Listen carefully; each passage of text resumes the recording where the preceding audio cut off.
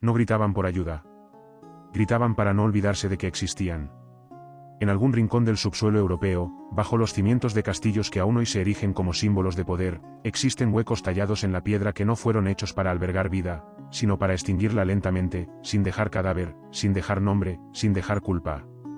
Los llamaban oubliettes, palabra francesa que significa olvidar, pero no fue la lengua lo que las bautizó, fue la intención. Olvidar al prisionero. Olvidar el crimen. Olvidar que alguna vez respiró. Olvida todo lo que sabes sobre prisiones medievales. Esto no era justicia. No era castigo. Era negación absoluta. Una boca de piedra abierta hacia abajo, que tragaba enemigos, herejes, hermanos incómodos, y nunca devolvía nada. Muchos piensan que lo peor que puede pasar en una mazmorra medieval es la tortura. Se equivocan. En la oubliette, nadie te cortaba la lengua, pero dejabas de hablar.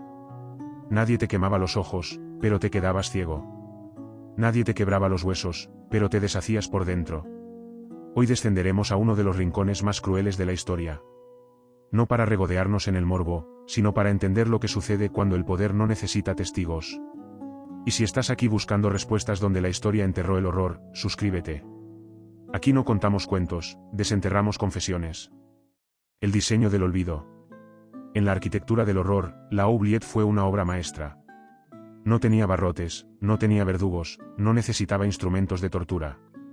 Su eficacia radicaba en su aparente ausencia de acción. Porque aquí, el castigo no era lo que se hacía al cuerpo, era lo que se le negaba. Imagina una abertura en el suelo, discreta, quizás cubierta por una alfombra pesada o por una tabla que crujía bajo los pies del amo del castillo. Al levantarla, no había escaleras. Solo un pozo. Un conducto vertical, estrecho, húmedo, que descendía como una herida en la tierra. Los muros eran lisos, imposibles de escalar. No por negligencia, sino por diseño. Tallados con precisión para que ninguna mano encontrara apoyo, para que ni la desesperación más aguda pudiese inventar una salida. No existía luz, ni rendijas, ni ventanas. La oscuridad era total, un párpado de piedra sellado para siempre. Algunas oubliettes estaban equipadas con trampas, púas en el fondo para herir al caer, fosas sépticas donde el hedor mataba antes que el hambre.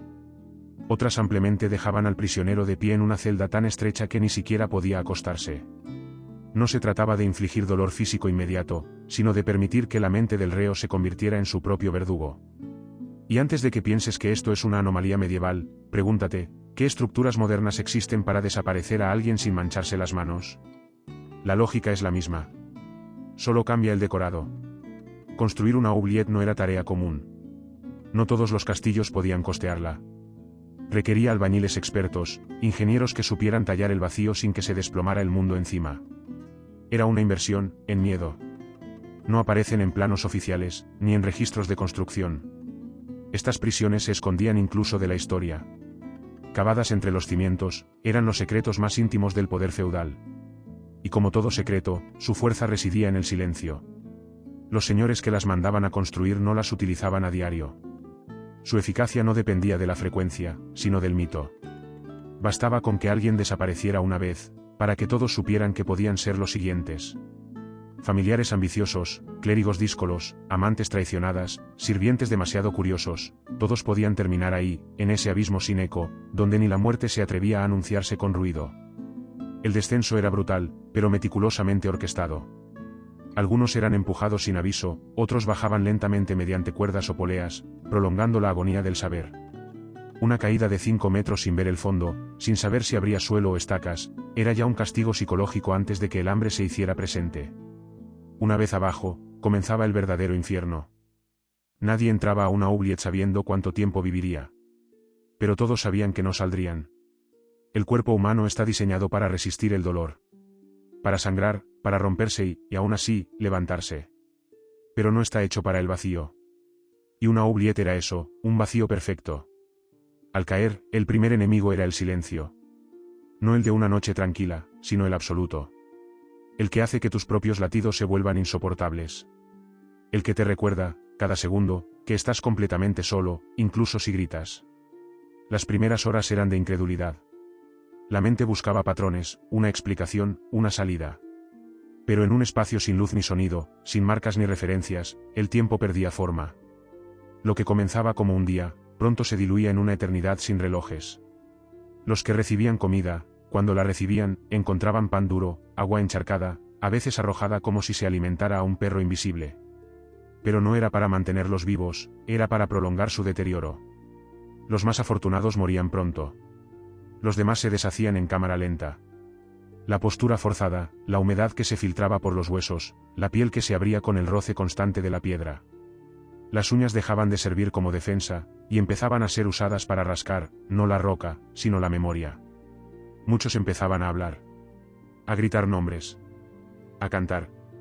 No para comunicarse, sino para no olvidar su voz. Otros se aferraban a rezos, repitiendo las mismas frases como quien lanza sogas hacia un cielo que no responde. Pero eventualmente, el lenguaje también moría. Los testimonios indirectos, los que provienen de los que fueron rescatados o de los que murieron con los brazos aún marcando palabras en los muros, hablan de delirios. De personas que se creían árboles, piedras, demonios. De hombres que, tras semanas en pie, empezaban a gatear en círculos imaginarios, creyendo que si encontraban la dirección correcta, saldrían. Las uñas dejaban surcos en la piedra. Y en esos surcos quedaba lo único que el prisionero podía dejar atrás, su desesperación. Muchos terminaban catatónicos. De pie, sin moverse, esperando que el cuerpo cediera antes que la mente. Otros, más desafortunados, resistían tanto que llegaron a comerse sus propios dedos en un intento absurdo de supervivencia. Era una muerte sin manos, sin cuerdas, sin cuchillas. Era el suicidio del alma, asistido por el olvido. Y justo aquí, cuando creemos que estas cámaras eran instrumentos de locura sin sentido, viene la verdad que duele más que la piedra: la oubliette no fue una aberración. Fue una estrategia. Hasta ahora, podrías pensar que la oubliette fue una rareza. Una extravagancia de tiranos paranoicos. Un exceso innecesario de crueldad. Pero no. Era una herramienta. Precisa. Calculada. Estratégica. La desaparición no era el efecto colateral del castigo, era el castigo mismo. En un mundo donde los cuerpos colgados en la plaza podían convertirse en mártires, donde los ajusticiados frente al pueblo se volvían símbolos de rebelión, los señores feudales, y los monarcas más astutos, comprendieron algo aterrador: lo verdaderamente eficaz no era el espectáculo del dolor, sino su ausencia. Matar a un enemigo puede provocar revuelta. Desaparecerlo, en cambio, siembra la duda. Nadie sabe si está vivo o muerto. Nadie sabe qué hizo, si lo traicionó, si lo merecía. Nadie sabe si el siguiente será el mismo. En este sistema de miedo, la oubliette era el arma perfecta. Silenciosa. Limpia. Sin testigos. Sin juicios. Sin tumbas. Las usaron reyes contra príncipes. Obispos contra monjes rebeldes. Nobles contra hermanos. La sospecha era suficiente. No se necesitaban pruebas. Solo el deseo de borrar una voz del mundo. Los arquitectos de estas cámaras no solo tallaban piedra, tallaban narrativas. Convertían la voluntad del Señor en ley eterna. Porque cuando alguien caía en la oubliette, el relato oficial era simple: nunca existió. Y la tragedia se completaba cuando, siglos después, arqueólogos encontraban los restos sellados en cámaras sin nombre. Cuerpos encogidos, huesos en posturas imposibles, uñas marcando muros, como si quisieran agarrar el tiempo. No fueron accidentes. Fueron decisiones. Y mientras lo piensas, pregúntate esto: ¿cuántas estructuras actuales funcionan igual? ¿Cuántas oubliettes modernas siguen abiertas, solo que disfrazadas de oficinas, leyes o muros invisibles? La oubliette no fue una prisión. Fue un veredicto sin voz. Un ataúd sin ceremonia. Un acto de poder tan absoluto, que ni siquiera requería explicar por qué. Y lo más perturbador, es que funcionó. Hoy, mientras los turistas caminan sobre losas centenarias, sin saber qué hay debajo, aún resuena el eco de quienes fueron sepultados vivos por decreto. No dejaron gritos, ni nombres, ni plegarias. Solo silencio. Un silencio que aún habla. Porque el olvido, en realidad, no es pasivo. Es una herramienta de dominación. Y en cada era, en cada régimen, en cada familia poderosa, alguien perfecciona su uso. No te equivoques, el castillo que construyó la oubliette no era una excepción. Era el reflejo puro de un mundo que valoraba más la obediencia que la justicia. Donde la desaparición era preferible a la culpa, y el silencio, más útil que la sangre. Y si piensas que esto es historia antigua, detente. Porque las oubliettes no murieron con la Edad Media. Solo cambiaron de forma. Hoy ya no son pozos de piedra, son archivos cerrados, cárceles secretas, sistemas donde nadie escucha.